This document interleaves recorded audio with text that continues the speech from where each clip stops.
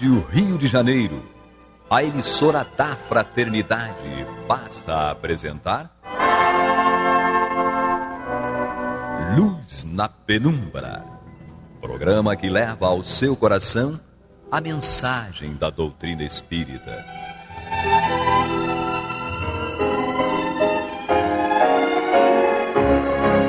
E com vocês, Eduardo Araújo, para o estudo de O Livro dos Médiuns, da obra codificada por Allan Kardec. Olá, prezados amigos da Rádio Rio de Janeiro, sejam todos muito bem-vindos. Estamos entrando no ar com o programa Luz na Penumbra para juntos estudarmos o Livro dos Médiuns de Allan Kardec.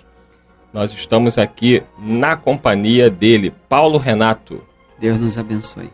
E eu sei que foi uma grande expectativa, né, ao longo de toda a semana.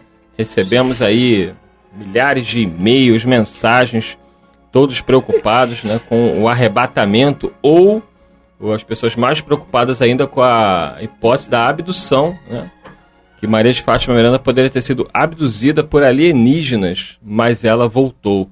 Maria de Fátima Miranda, o que aconteceu no último programa?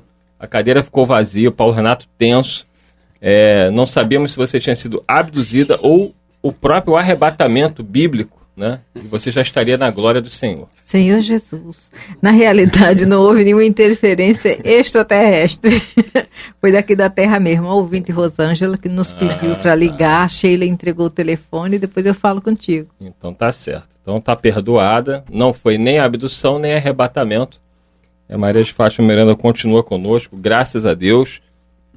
E nós vamos também continuar o nosso estudo, lembrando que nós estamos aí na primeira parte do Livro dos Médiuns, no capítulo 4.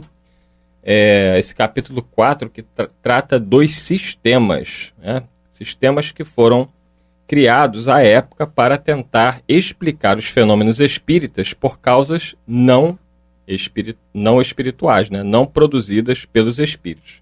Aqueles que negavam a possibilidade dos fenômenos serem produzidos por espíritos. Nós estamos no item 42, que trata aí do sistema das causas físicas, e nós lembrávamos na semana passada, até a abdução da Miranda, Paulo Renato comentou que o próprio Allan Kardec, ele num primeiro momento, ele acreditava, né, dentro da sua concepção, ele que estudava o magnetismo, que a causa para os fenômenos das mesas girantes estaria sim como uma possibilidade real em causas físicas do fluido magnético, do magnetismo, do médium, né, na realidade dos magnetizadores, como eles estudavam à época. Mas Kardec havia dito que este sistema não explicaria tudo. E hoje, retomando aqui, no item 42, no segundo parágrafo, ele vai dar continuidade à explicação e mostrar que este sistema não explica tudo. Então, diz Kardec aqui no segundo parágrafo do item 42. Os movimentos e as pancadas deram sinais inteligentes, obedecendo à vontade e respondendo ao pensamento. Haviam, pois, de originar-se de uma causa inteligente. Desde que o efeito deixava de ser puramente físico, outra, por isso mesmo, tinha que ser esta causa. Tanto assim que o sistema da ação exclusiva de um agente material foi abandonado, para só ser esposado ainda pelos que julgam a priori, sem haver visto coisa alguma. O ponto capital, portanto, está em verificar se a ação inteligente, de cuja realidade se pode convencer quem quiser dar-se ao trabalho de observar. Então Kardec sempre chamava a atenção de que você criticar algo que você não leu, não estudou, não observou, vai certamente induzi-los ao erro. Eu vou ser abduzido por alguns instantes, mas retornarei e deixarei aqui a condução junto de Maria de Fátima Miranda e Paulo Renato. Paulo, pode comentar. A gente está lendo aqui no próprio Livro dos Espíritos, logo na introdução, Kardec coloca assim no capítulo 3 da introdução, Kardec coloca, falando sobre os fenômenos, ele fala, se tal fenômeno das mesas girantes, né, dos barulhos, dos ruídos. Ele diz: se tal fenômeno se houvesse limitado ao movimento de objetos materiais, poderia explicar-se por uma causa puramente física. Aí diz Kardec ainda: estamos longe de conhecer todos os agentes ocultos da natureza ou todas as propriedades dos que conhecemos. A eletricidade multiplica diariamente os recursos que proporcionam ao homem e parece destinada a iluminar a ciência com uma nova luz. Nada impossível haveria, portanto, em que a eletricidade modificada por certas circunstâncias ou qualquer outro agente desconhecido fosse a causa dos movimentos observados. O fato de que a reunião de muitas pessoas aumenta a potencialidade da ação parecia vir em apoio dessa teoria, visto poder-se considerar o conjunto dos assistentes como uma pilha múltipla, com seu potencial na razão direta dos números dos elementos. Então, Kardec vem muito lucidamente no próprio livro dos Espíritos argumentar sobre aqueles diversos sistemas apresentados, esse sistema das causas físicas e agora aí do sistema do reflexo, né, como ele vem colocando aqui. Então é interessante que a gente tenha atenção nessas duas leituras, não só dos livros dos médiuns, mas corroborado, apoiado pelas ideias iniciais inscritas ali no livro dos Espíritos, quando Kardec já inicia a sua argumentação no sentido de tentar colocar as coisas, digamos, no seu devido lugar, mostrando que, embora devamos respeitar a opinião das corporações científicas, dos cientistas em si, mas no que diz respeito, como dizia Kardec, a coisas novas, muitas vezes as explicações anteriores não cabem. Para coisas, situações novas, é preciso buscar, às vezes, respostas novas. Sim. Né? Então, esse sistema das causas físicas, argumentado aqui por Allan Kardec, ele já havia sido discutido lá anteriormente, repito, em um livro dos Espíritos. Então, ele diz que a questão da exclusividade, né, tudo para nós é de exclusão. Nós não conseguimos, às vezes, trabalhar com duas ideias ou ao mesmo tempo. Né? Nós, às vezes, excluímos uma outra possibilidade que poderia contribuir para a explicação de um fato. Isso, inclusive, é na nossa vida diária também, na vida de relação. Né? Às vezes, por deixarmos de dar ouvido a todas as partes envolvidas em uma questão, às vezes questão familiar, né? por tomarmos decisão baseada só naquilo que ouvimos de uma pessoa, nós corremos o risco de ser injustos com os outros e causar dissabores maiores, nos precipitarmos no julgamento, às vezes, de determinadas situações ou de determinado comportamento. Então, mesmo fora do ambiente científico, nós tratamos as coisas, como diz Kardec aqui, com exclusividade. Né? Quando a doutrina espírita nos ensina a ter olhos e atenção para tudo o que diga a respeito àquele fato que vai ser analisado e que aguarda a nossa decisão. É o critério, né? Observar, analisar em todos os aspectos possíveis antes de concluir. Porque depois de concluído e divulgado, aquilo passa a ser algo que, se alguém trouxer com argumento válido, a negação é um constrangimento. Às vezes a gente não consegue ultrapassar determinados limites, determinadas, digamos assim, brechas, se é que se pode considerar assim. Então, às vezes, a gente tem algumas interseções, algumas brechas na nossa vida e que a gente não consegue sacar, digamos assim, situações, experiências do passado para ajudar a colaborar na solução de uma situação presente. Então, às vezes, com todo o conhecimento espírita, às vezes a gente se vê embaraçado no que diz respeito à tomada de decisões difíceis, é porque nós abandonamos também tudo aquilo que serviu de aprendizado para nós lá atrás. Então, quando Kardec fala dessa questão de criar exclusão, às vezes também nós fazemos isso, né? Nós deixamos esses saberes que adquirimos no passado, na questão da filosofia, da religião, e que podem e serviriam muito bem para nós darmos uma melhor solução ao problema, e a gente, esquecido daquilo tudo, a gente parece que se apresenta diante de determinados fatos vazio. A gente não sabe como fazer, como agir, qual a direção tomar. Onde já viveu uma experiência que deixou uma lição, porque esse é o objetivo das experiências, justo. né? Guardarmos as lições para que elas nos auxiliem em novos avanços. Isso. A gente não faz isso, a gente toma as coisas pelo nosso ponto de vista absolutamente pessoal, baseado em todas as experiências do passado, acreditando que tudo vai ser igual, e todas as situações vão ser iguais, e, portanto, todas as respostas devem ser iguais, ou a gente abandona tudo aquilo que adquiriu para dar uma solução plausível, aceitável, uma situação nova. Então, a gente realmente falta um equilíbrio nesse sentido. Nós somos hoje o resultado daquilo que fizemos de nós no passado. É um ponto que deve ser considerado e é preciso realmente lançar mão desse aprendizado.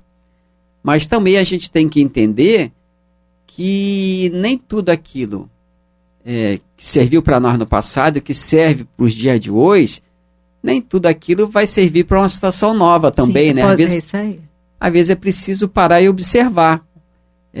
Observar com os elementos já adquiridos em termos de cultura, de conhecimento, de maturidade espiritual, mas observar, sem tomar atitudes precipitadas que às vezes complica mais do que ajuda. Então, aqui no campo das observações dos chamados fenômenos espíritas, é a mesma coisa. Né? Nós não podemos ser excludentes, deixar de lado. Para tentar ser racional, eu vou deixar de lado tudo quanto eu já adquiri até aqui para fazer análise desse fato. Mas se eu deixar, repito, tudo de lado, eu vou analisar com o quê? Né? Serei tão ignorante quanto. Porque o aprendizado é uma soma de experiência, né? E ao mesmo tempo, eu não posso tomar... Se fechar no que já viu. Achando que tudo é igual. É isso aí. Né? Inclusive na questão da reencarnação, nós somos muito assim, né? Determinadas frustrações nossa do passado, que geraram determinados estados de angústia, de apreensão, muitas vezes se refletem nos dias de hoje, porque nós agimos e reagimos por associação de ideias. Tais fatos que inconscientemente nós registramos em nossa mente, em nossa alma, quando tais fatos se dão, a gente intuitivamente já prevê o resultado, achando que tal fato vai dar tal resultado como deu no passado, e às vezes a coisa não acontece assim. Então também nós no dia a dia somos exclusivistas, né? Excluímos, e muitas vezes por essa exclusão nós tomamos decisões e fazemos observações que não cabem realmente no fato apresentado, no fato que se está dando naquele momento. Então, Kardec, mais uma vez, apresenta para nós essa lucidez. Há fatos que são de explicação exclusivamente material, mas há fatos que a explicação material por si mesma não é suficiente. Né? Eu lembro até alguns médicos que, diante de algumas situações de doença gravíssimas, né, eles, lendo um livro chamado Com a Vida de Novo, né, um livro muito interessante, do Dr. Carl Simonton, ele é médico oncologista e ele desenvolveu um método de tratamento através da força do pensamento, da meditação, das visualizações que Joana de Ângeles propõe também para o tratamento de casos de câncer em que não havia mais possibilidade de cura, né, pela medicina tradicional. E ele pegava esses pacientes, né, que tinham sido desenganados pela medicina e propunha esse tipo de tratamento. E teve casos que o paciente estava com câncer muito grave, com metástase, o corpo todo tomado, e de uma forma para a medicina tradicional, inexplicavelmente, o câncer desaparecia. E aí ele fala que a medicina tem os seus limites ainda, né? E aquilo que muitas vezes é dado como impossível se torna possível. E acredito, né, que com o tempo muitos médicos vão perceber que as explicações para estes fatos estão diretamente ligadas àquilo que os espíritos nos explicam, né? Você vê no livro dos médiuns, no capítulo do Laboratório do Mundo Invisível, quando os espíritos repetem a Allan Kardec mais de uma vez que nós estamos longe de supor o poder que eles têm sobre a matéria. Então, daí a explicação dessas curas que para muitos são tidas como milagrosas, miraculosas, sobrenaturais, quando na realidade se trata aí da ação espiritual, do magnetismo também associado, e quando há permissão, é possível a cura de qualquer doença na Terra. Jesus provou isso, né, fazendo paralíticos voltarem a andar, cegos voltarem a ver, curando os leprosos, né, uma doença que era fatal naquele momento. Para você que está chegando agora, o programa é o Luz na Penumbra. Nós estamos aqui com o estudo de O Livro dos Médiuns, de Allan Kardec, no seu capítulo 4, e lemos o item 42, correto?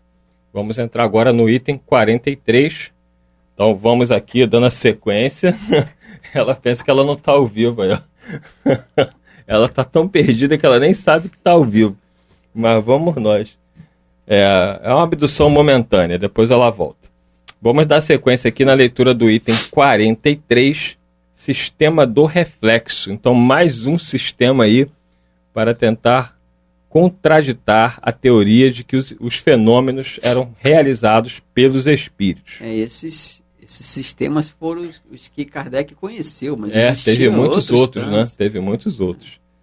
Até hoje em dia o pessoal tem ainda alguns sistemas aí para negar a realidade espiritual. Então vamos lá, Sistema do Reflexo, capítulo 4, item 43. Reconhecida a ação inteligente, restava saber de onde provinha essa inteligência. Julgou-se que bem podia ser a do médium ou a dos assistentes, a se refletirem como a luz ou os raios sonoros. Era possível. Só a experiência poderia dizer a última palavra. Mas notemos, antes de tudo, que este sistema já se afasta por completo da ideia puramente materialista.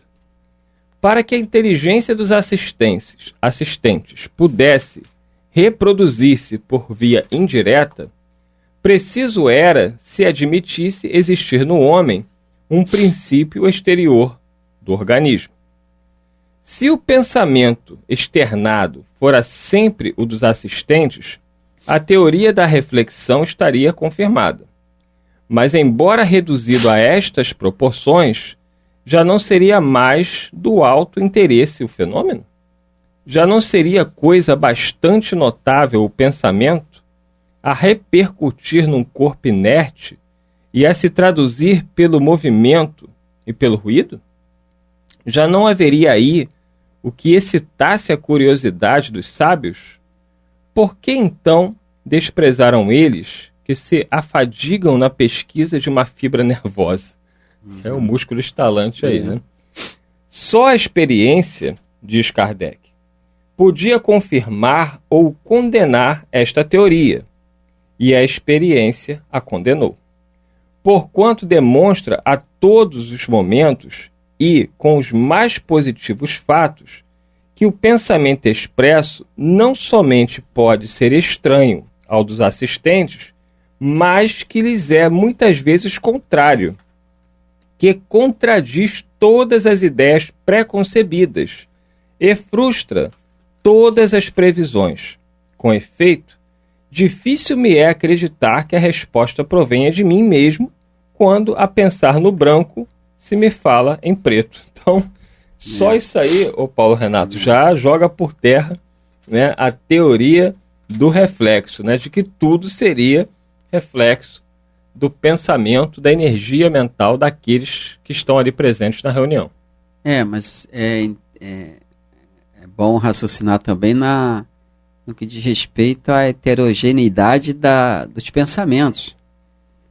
Se a ideia fosse, se o fenômeno pudesse se explicar pela conjugação, aí, digamos, das ideias reinantes ali presentes, nós teríamos que admitir, por exemplo, que todos pensassem na mesma direção, no mesmo objeto, liberassem a mesma qualidade e quantidade de energia para produzir tais fenômenos. E a gente sabe que quanto maior número de pessoas reunidas, mais há diversidade de pensamentos, de interesses. Natural, né? E até as qualidades físicas são bastante distintas de uma pessoa para outra. Seria uma confusão o fenômeno, porque um estaria pensando numa direção, o outro em outra direção. Qual o pensamento iria prevalecer? Isso. Aí teria que se dizer que era o pensamento mais forte, mas o que seria esse pensamento mais forte? Seria uma teoria mais complexa para explicar algo simples, né? Que é o fenômeno produzido pelos espíritos. Nós às vezes preferimos o complexo, a resposta difícil, porque a resposta fácil para nós, muitas vezes, a gente se desinteressa de uma resposta fácil. Como diz mesmo Allan Kardec, quando se explicou a causa dos chamados milagres, as pessoas se desinteressaram dele. Porque ele tinha uma causa natural, embora dentro de leis que nós não conhecêssemos bem. Então nós temos sempre a inclinação para o sobrenatural. No que diz respeito ao sobrenatural, tudo que diga respeito ao sobrenatural interessa às pessoas com mais facilidade. Tudo que se levanta como alguma coisa inexplicável, as pessoas se interessam mais. Então, quando a gente tem a possibilidade de obter determinadas respostas sobre aquilo que era sobrenatural, a gente se desinteressa. Como ele diz aqui, né? Aqueles sábios que se afadigaram por uma questão muscular não se interessaram pela questão que merecia até ser considerada, que era a questão da participação mental ali de cada um. Então eles se preocuparam com o simples músculo, mas poderiam ter também se afadigado, se dedicado a essa questão que seria mais lógica, que é a interferência mental. É isso aí. Dito isso, chegamos ao final de mais um programa, e assim como no último programa, temos aí mais uma vez a abdução ou arrebatamento de Maria de Fátima Miranda, que não poderá pronunciar a famosa frase, muita paz. Mas eu digo por ela, muita paz a todos. Paulo Renato? Muita paz. Muita paz. Você está ouvindo pela Rádio Rio de Janeiro o programa Luz na Penumbra, com o estudo de O Livro dos Médiuns, na apresentação de Eduardo Araújo.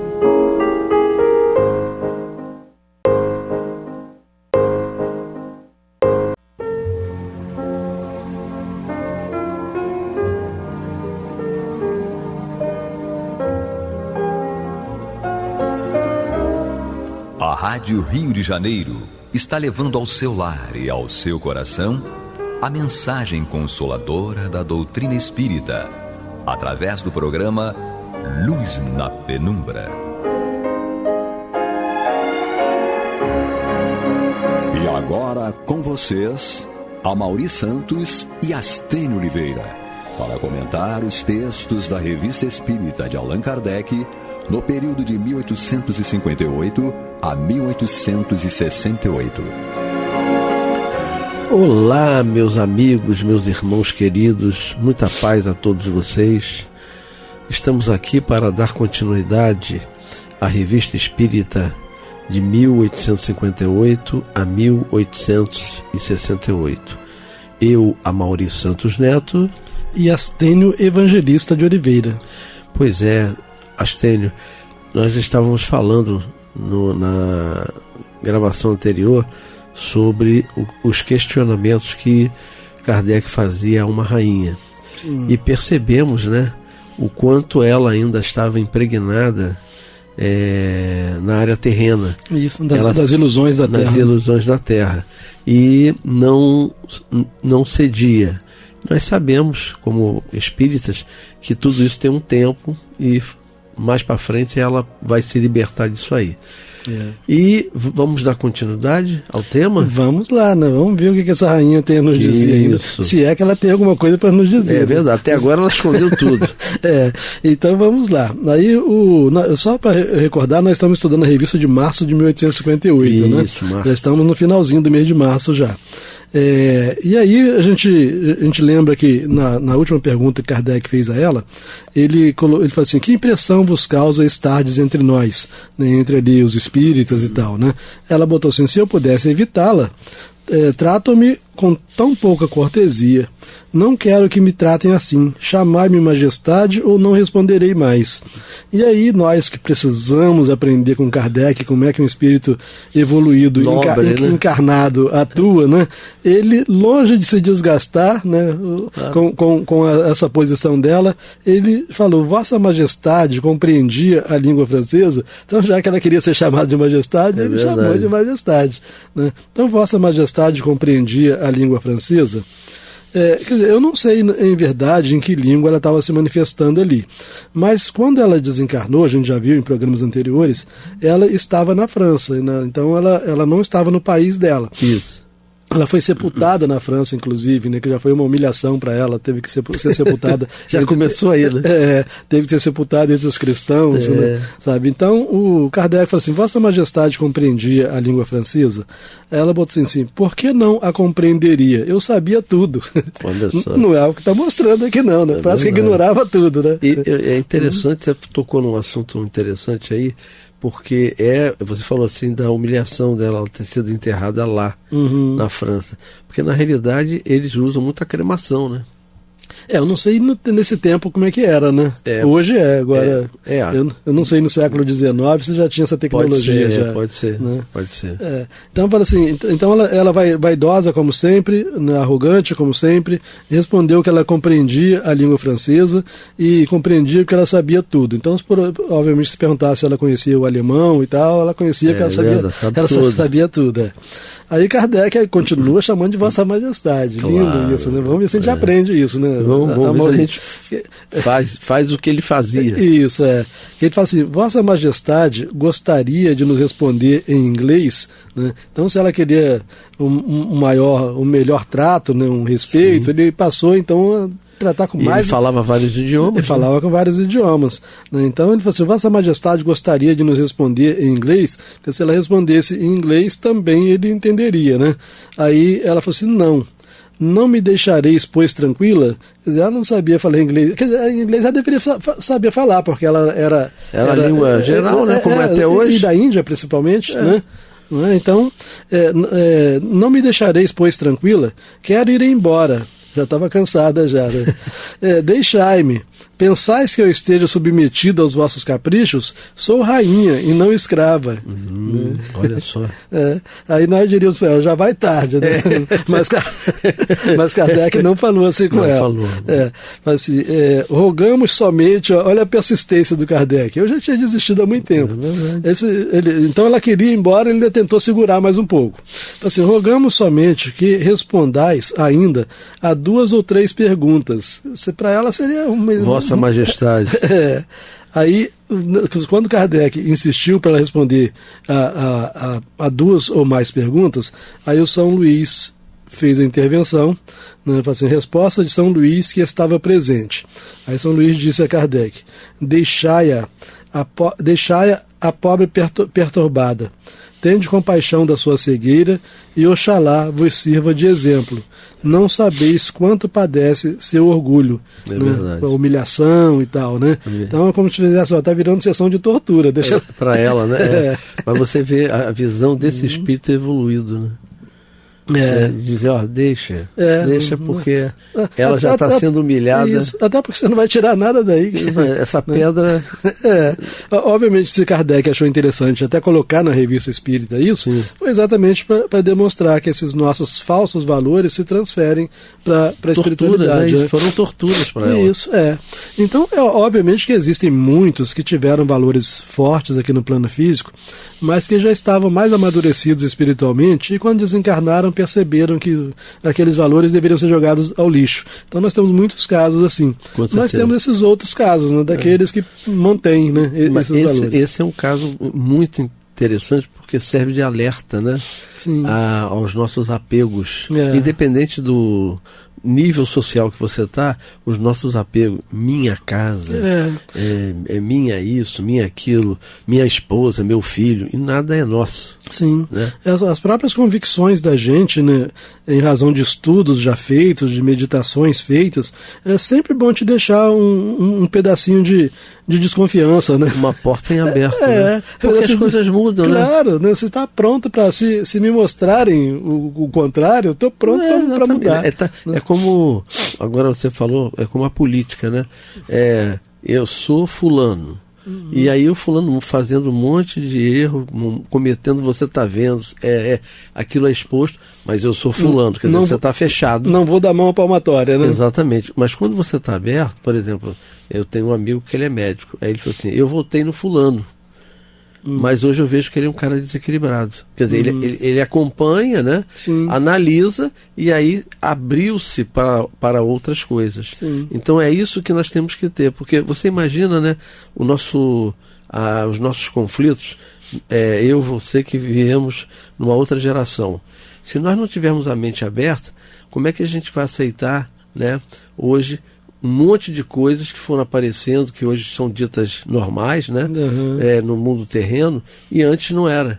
Né? Na nossa época, não, você não pode fazer isso, o homem não chora e tal. E aí você vai vendo que não é bem assim. Né? Mas porque nós temos essa mente aberta. Quando você não tem, você pode viver 80, 90 anos e aí você vai tá trancado, assim como essa rainha. É verdade.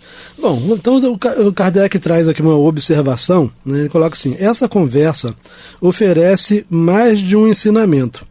Evocando essa majestade decaída, agora no túmulo, não esperávamos resposta de grande profundidade, tendo em vista o gênero de educação das mulheres naquele país. Elas não eram estimuladas a estudar, na maioria das vezes eram proibidas de estudar. Né? Então ele sabia que não podia esperar muita coisa dela. Né? Mas pensávamos encontrar nesse espírito, se não a filosofia, pelo menos um sentimento mais verdadeiro da realidade e ideias mais sadias sobre as vaidades e grandezas da terra. Então, assim, tudo bem que ela, em razão da cultura lá, ela não era muito lúcida.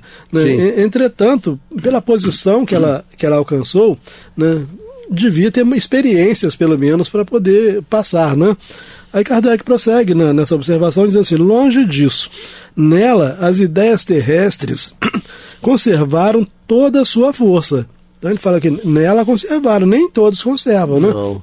Então nela as ideias terrestres conservaram toda a sua força. É o orgulho que nada perdeu de suas ilusões, que luta contra a sua própria fraqueza e que deve, com efeito, sofrer muito por sua impotência.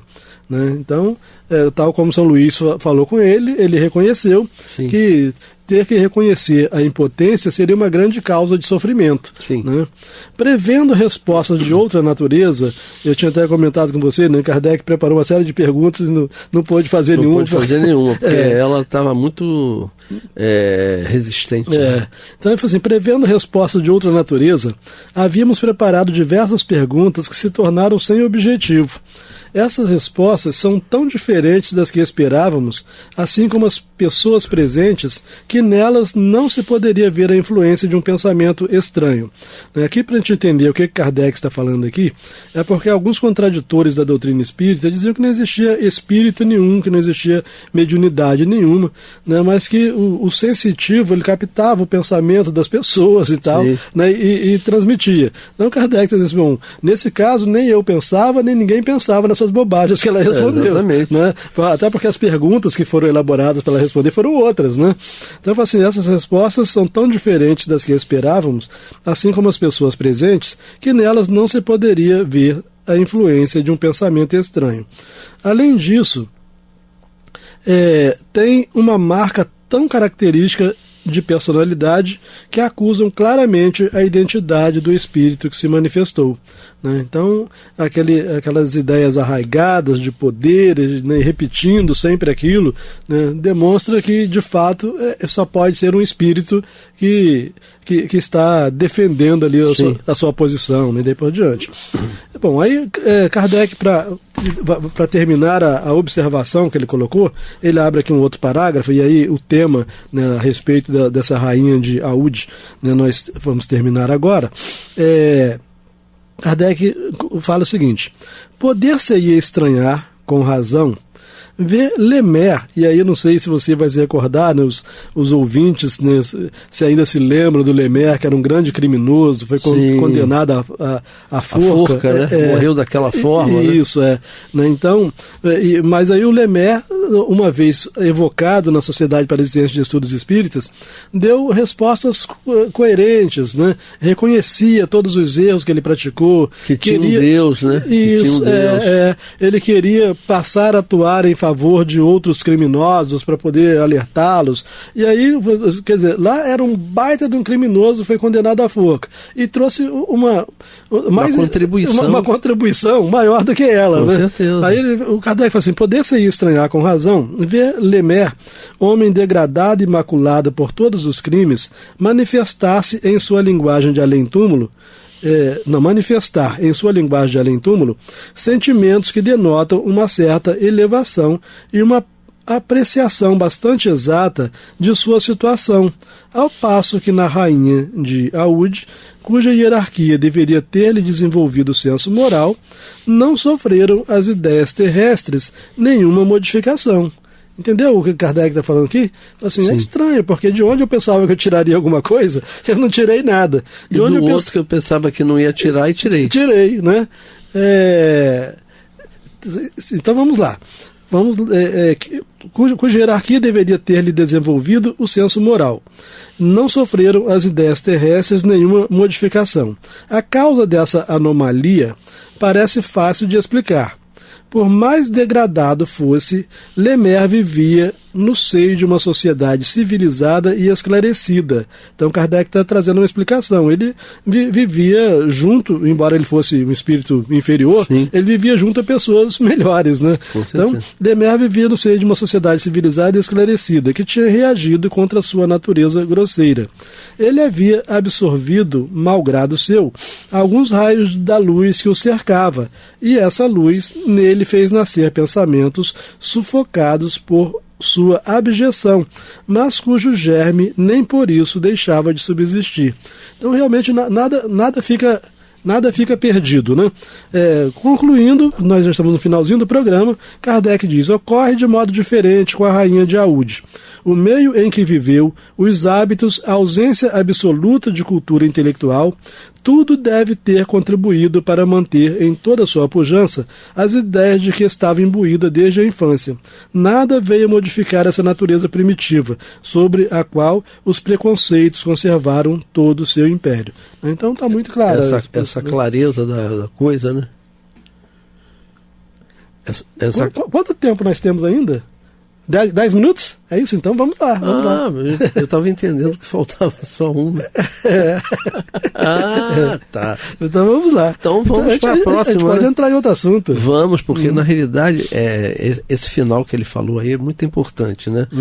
Porque da onde ele pensava que não ia tirar pedra, ele tirou água.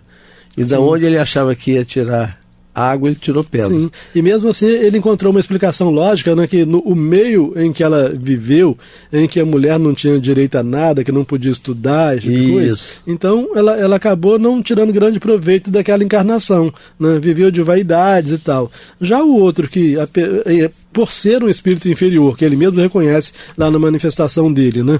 E ele diz que quis crescer muito rápido, escolheu uma experiência terrestre que ele não estava preparado, e daí caiu a justificativa dele, né?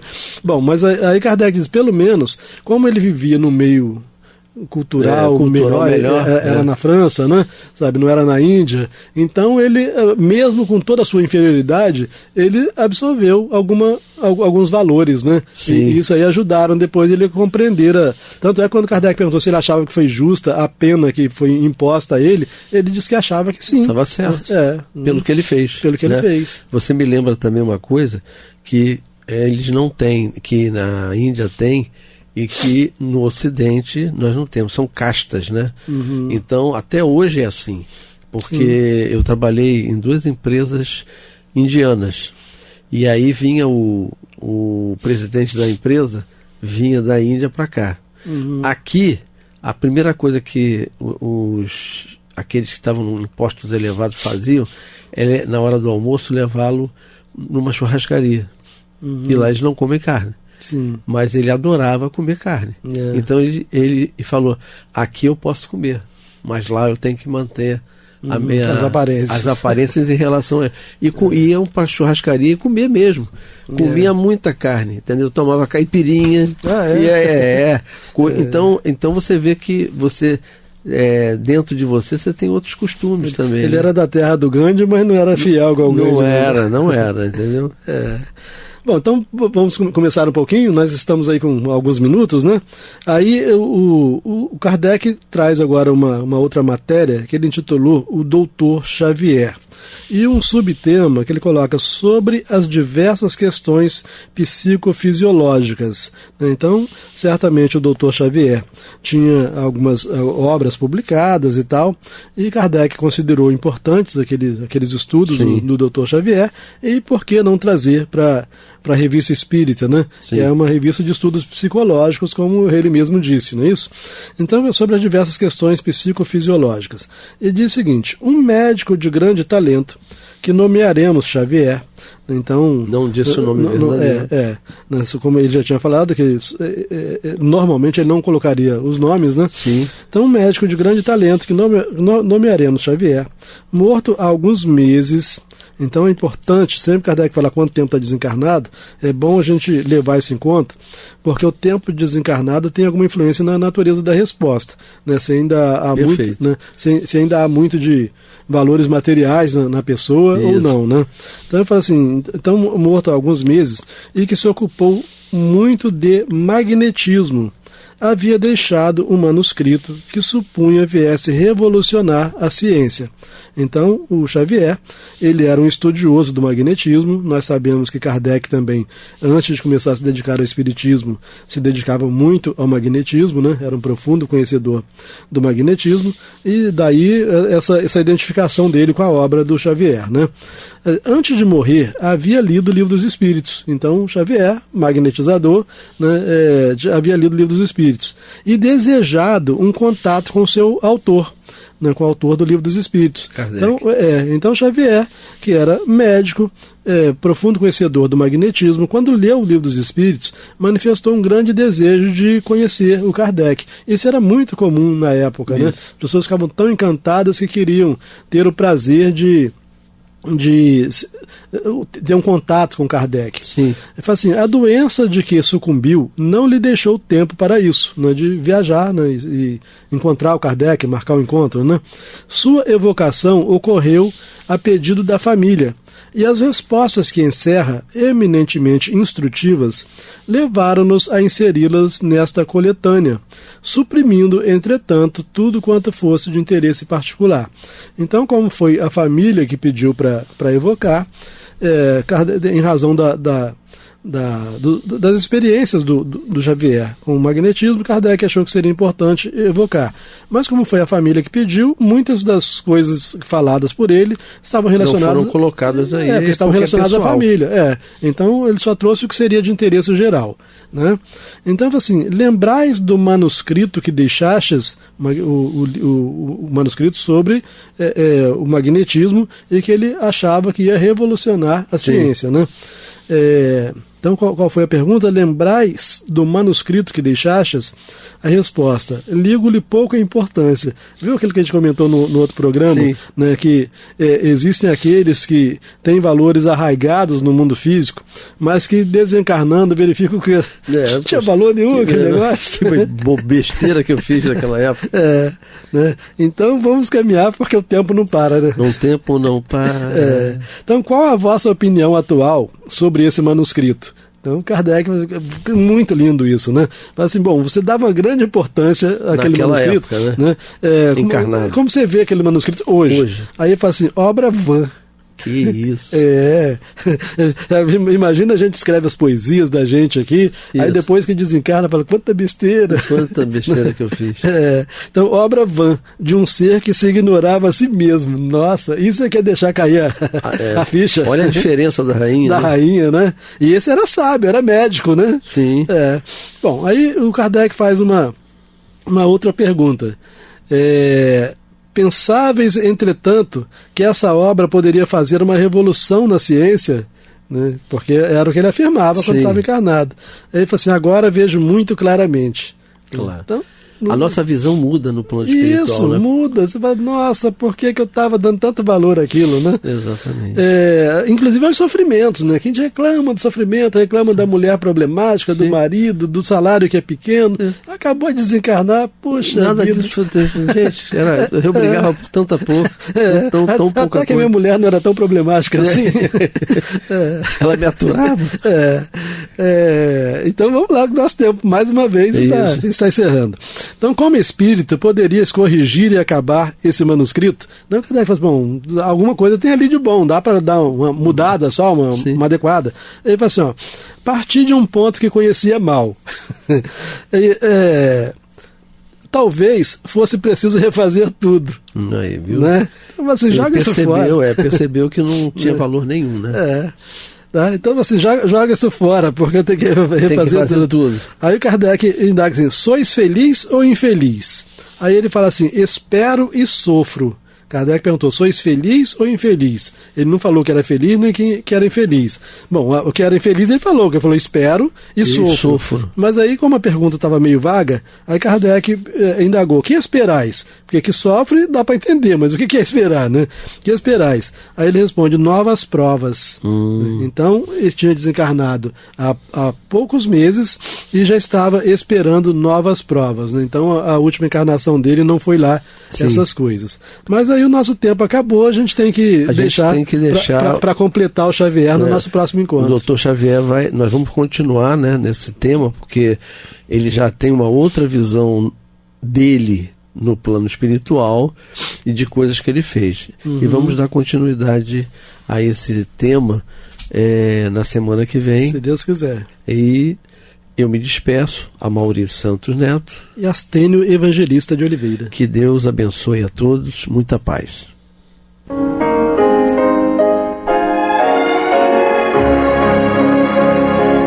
E vamos ouvir agora a prece de encerramento de nosso programa, na voz de Geraldo de Aquino. Jesus, dá-nos coragem para a luta, piedade para os insultos, e misericórdia para as injustiças e ingratidões. Limpa nossa alma de inveja e ambições mesquinhas, de ódio e de vingança o nosso caminho. E que dentro em pouco, ao recolher-nos de novo ao calor do nosso leito, para que o sono nos dê a paz e o esquecimento das tristezas humanas, possamos sentir, Senhor, no mais íntimo de nosso ser, a doçura indefinível do Teu amor e a grandeza incomparável da Tua divina presença. Que assim seja.